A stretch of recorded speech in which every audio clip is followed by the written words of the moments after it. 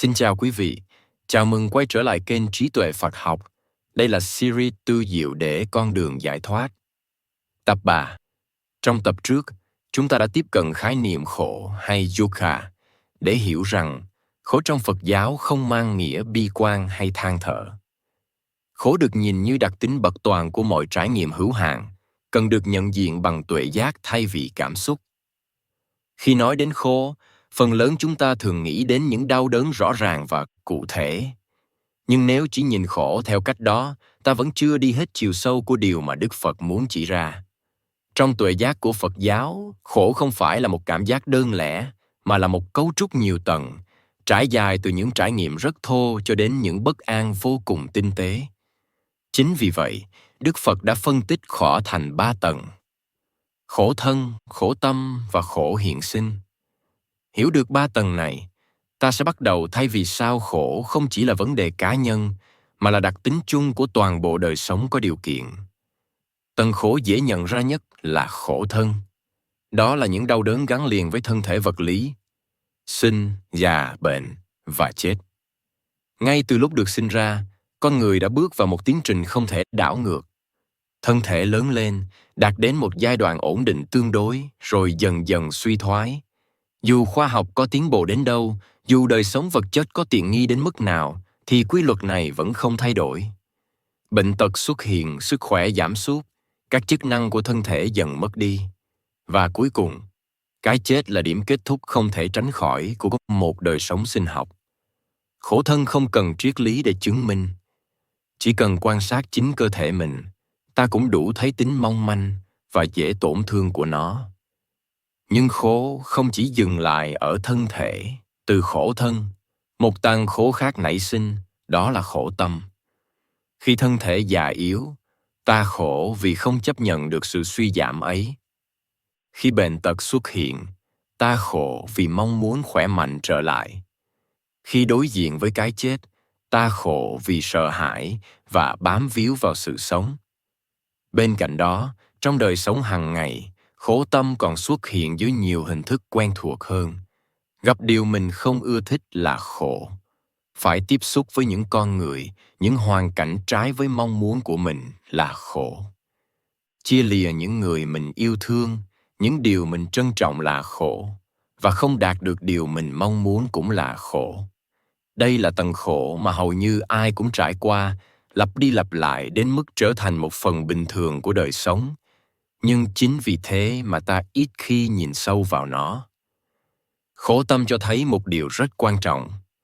Khổ không chỉ đến từ những gì xảy ra, mà đến từ cách ta phản ứng với những gì xảy ra. Ta muốn đời sống diễn ra theo ý mình, muốn các mối quan hệ ổn định, muốn cảm xúc dễ chịu kéo dài. Nhưng thực tại thì luôn vận động, luôn thay đổi, không ngừng tạo ra những tình huống nằm ngoài mong đợi. Chính sự va chạm liên tục giữa mong muốn chủ quan và thực tế khách quan đã tạo ra một dòng khổ tâm không dứt. Tuy nhiên, nếu chỉ dừng lại ở khổ thân và khổ tâm, ta vẫn chưa chạm đến tầng sâu nhất của diệu đề thứ nhất. Đức Phật còn chỉ ra một tầng khổ tinh tế hơn rất nhiều, đó là khổ hiện sinh. Tầng khổ này không dễ nhận ra, bởi nó không nhất thiết đi kèm với đau đớn hay buồn phiền. Ngay cả khi ta đang khỏe mạnh, thành công, được yêu thương và tạm thời hài lòng với cuộc sống, khổ hiện sinh vẫn âm thầm hiện diện. Để hiểu khổ hiện sinh, Đức Phật đã đưa ra phân tích về con người như một tập hợp của 5 yếu tố, thường được gọi là ngũ uẩn. Đó là thân thể vật chất, cảm thọ, tri giác, các hoạt động tâm lý và ý thức. Con người thường tin rằng phía sau những yếu tố này có một cái tôi cố định, bền vững, làm chủ và sở hữu chúng.